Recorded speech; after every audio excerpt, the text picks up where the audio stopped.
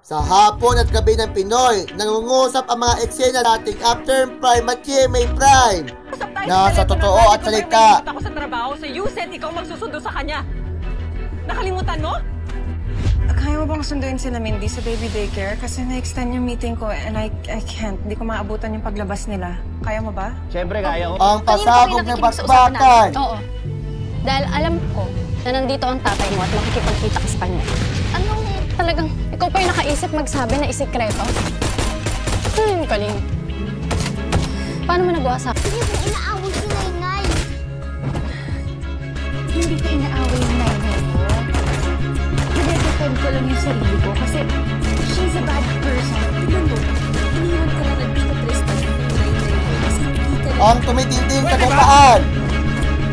Paandaling at padaluyin ninyo ang dugo dyan sa utak ninyo nang gumana naman! Ang hirap sa inyo eh! Lahat na lang kailangan idikta ko! Mabuti ka ang boss puro may ulo, ano puro bibig. O ano pa hinihintay nyo? Lumayas na kayo! Opo. Manong, pwede yung magtanong? Ano po yun? Saan yung daan palabas ng upat? Diretsuhin mo lang to. Teka, huwag ka antikalo. Halata po ba? Akin yung itak na yan.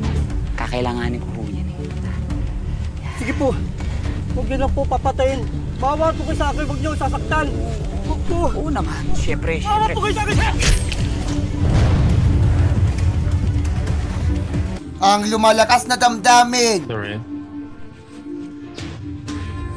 I'm sorry. Thank you, Alex, for your help.